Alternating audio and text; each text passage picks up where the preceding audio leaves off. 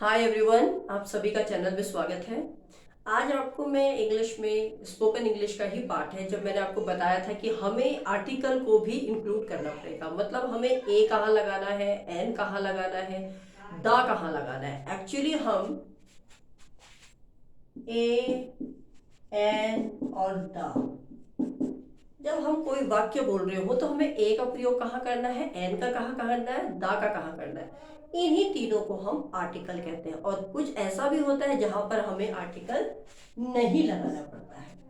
Is that clear? तो ये एक ग्रामर के लिए, जो ग्रामर जिसको ग्रामर भी सीखना है उसके लिए भी ये बहुत इक्वली इंपॉर्टेंट है। And of course if you are going for spoken English, again it's very helpful to you.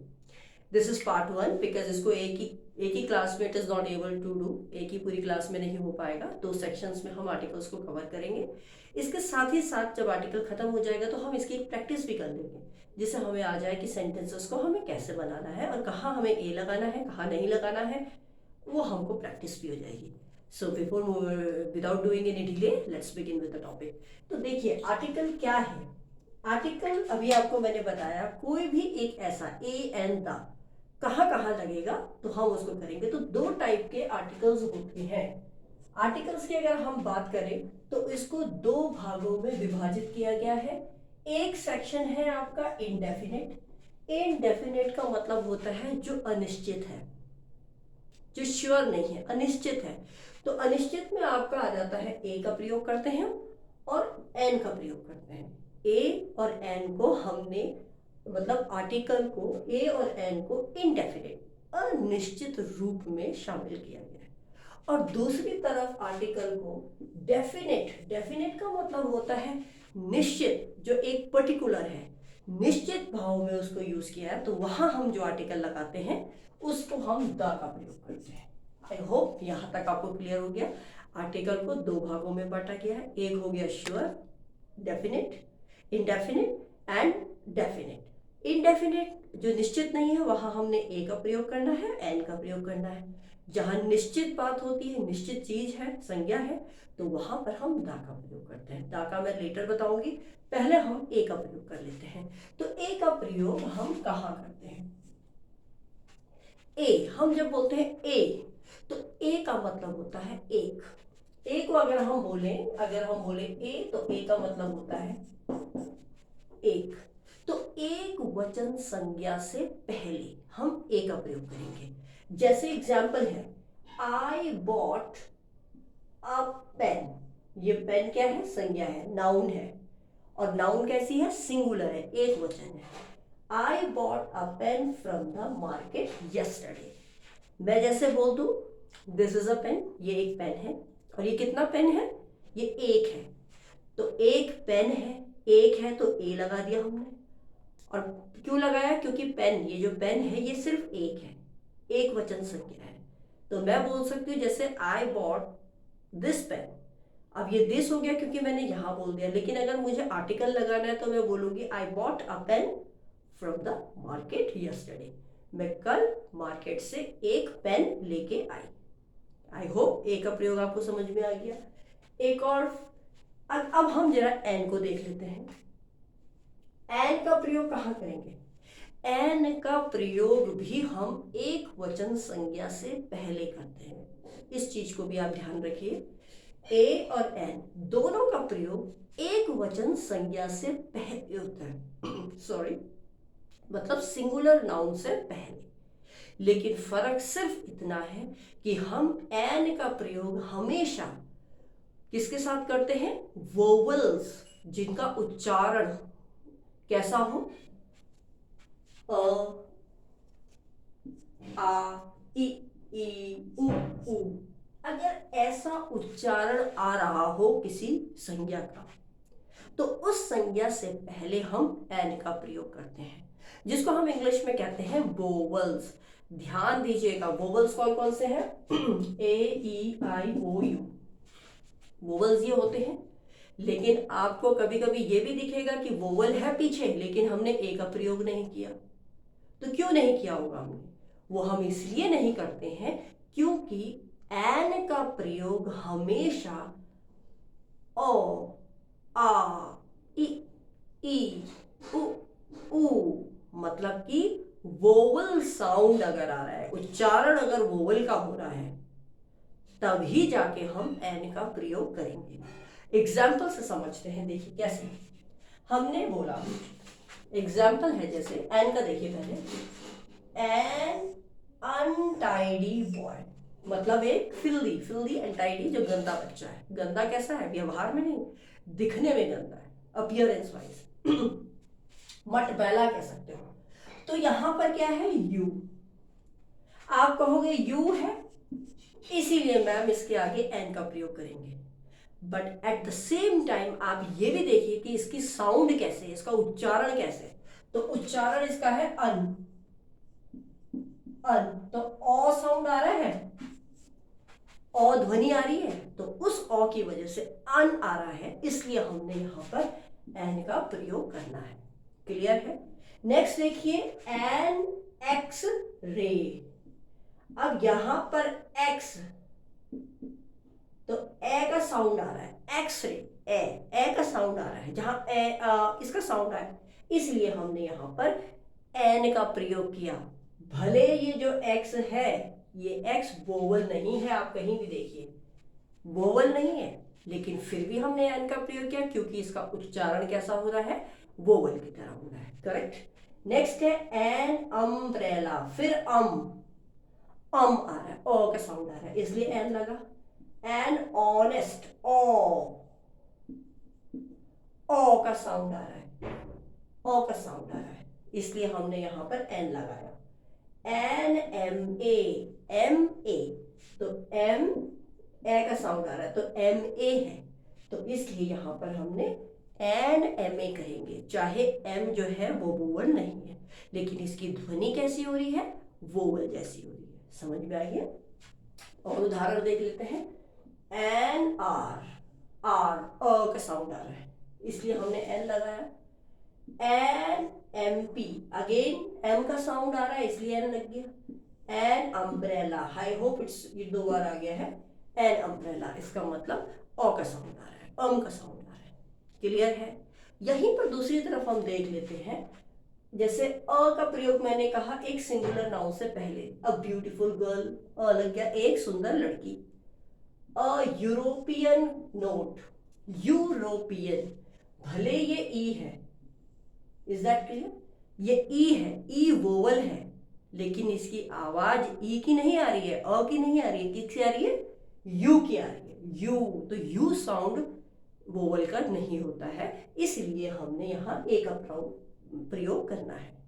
ऐसे ही अ यूनिवर्सिटी, यू भले वोवल है, लेकिन साउंड जो ध्वनि है वो कैसी निकल रही है? यू की निकल रही है। तो यू वाले नहीं होंगे, जो ध्वनि वोवल की नहीं है, वहां पर चाहे वो पीछे वोवल भी हो, तब भी हम एन का प्रयोग नहीं करेंगे। वही करेंगे जहां उसकी ध्वनि हो, साउंड हो।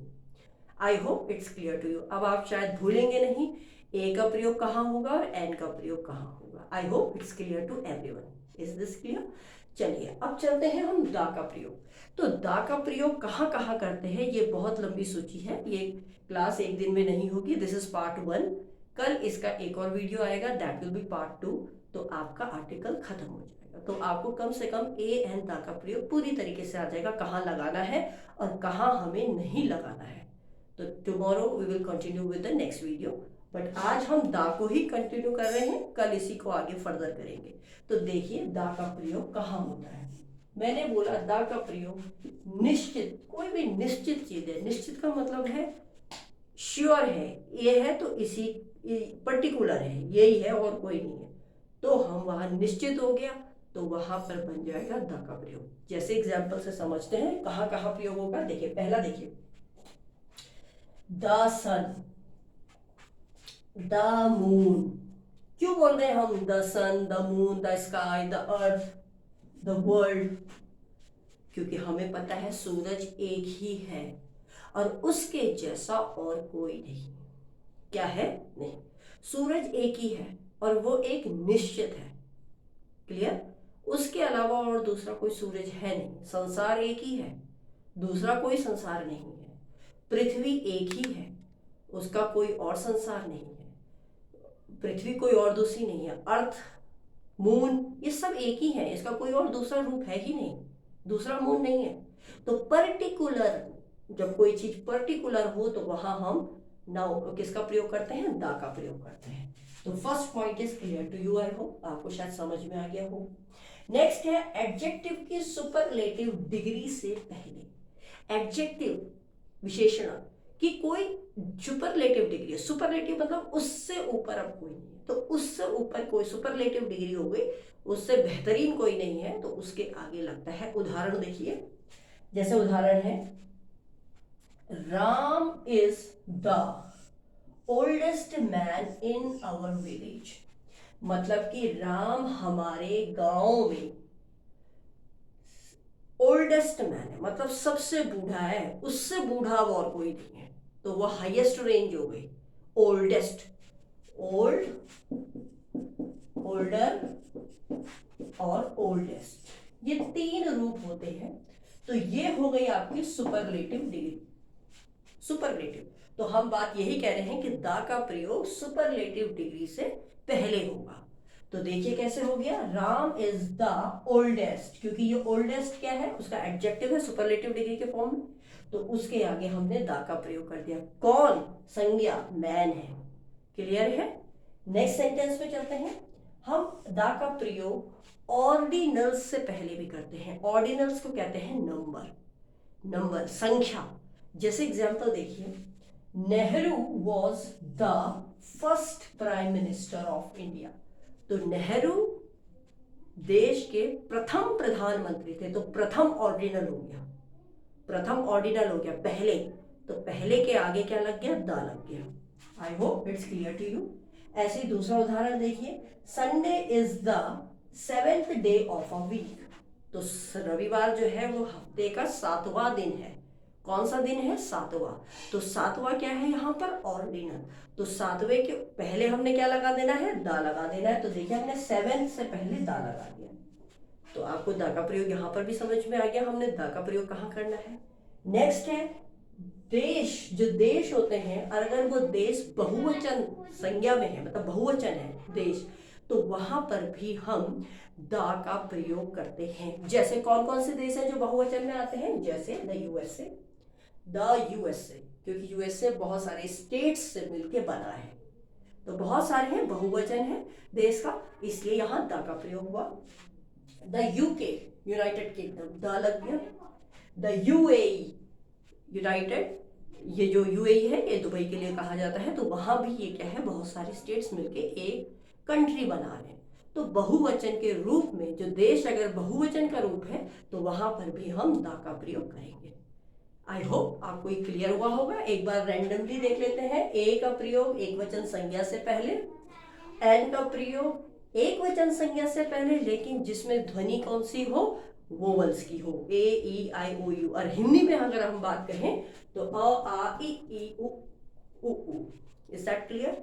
उसके बाद हम द का प्रयोग कहाँ करते हैं, जो एक ही है, उसका दूसरा रूप नहीं है, पर्टिकुलर है, the sun, the moon, the sky, the earth. Adjective की सुपरलेटिव डिग्री में, जैसे the oldest, the tallest, the superior, the cheapest, the millionest, तो मतलब उसके अलावा कोई ना हो, उससे पहले दा का प्रयोग होगा।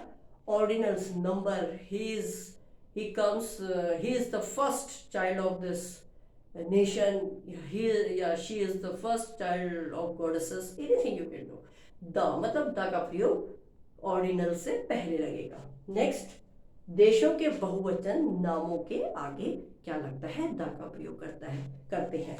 ये अभी खत्म नहीं हुआ है, द आगे भी कंटिन्यू होगा, and I will continue it tomorrow in the video. आपको नेक्स्ट वीडियो में पूरा द का प्रयोग भी पता चल जाएगा, और साथ ही साथ हम कहाँ पर आर्टिकल का प्रयोग नहीं करते हैं उसका भी आपको पता चल जाएगा। साथ ही साथ प्रैक्टिस सेट भी करेंगे, कुछ क्वेश्चंस करेंगे, तो उससे हमें और ज़्यादा पता चलेगा कि कैसे हमें आर्टिकल को लगाना है। आई होप आपको ये वीडियो पसंद आई। आप अपना प्यार दीजिए, इस चैनल को बढ़ाइए, प्लीज़ चैनल को सब्सक्राइब कीजिए, हो सके तो आप इसको शेयर कीजिए अपने जितने भी जो फ्रेंड्स हैं या आपके कलीग्स हैं जिनको ग्रामर की ज़रूरत है या स्पोकन इंग्लिश की ज़रूरत है, तो प्लीज़ ज़रूर चैनल को सब्सक्राइब कीजिए, शेयर कीजिए as much as you can. And definitely the one who are watching this video for the first time, तो please do try to forget कि आप इसको सब्सक्राइब करें, नोटिफाई बटन को क्लिक करें so that you can get the new videos every day and you will get the notifications as well as. तो आई hope आपको ये क्लियर हुआ होगा। वीडियो देखने के लिए बहुत बहुत धन्यवाद। आपको हम आगे tomorrow I am going to give you the next video related to this, उसको हम कंटिन्यूएशन उसमें डालेंगे। Till then bye, take care, have a good day. धन्यवाद।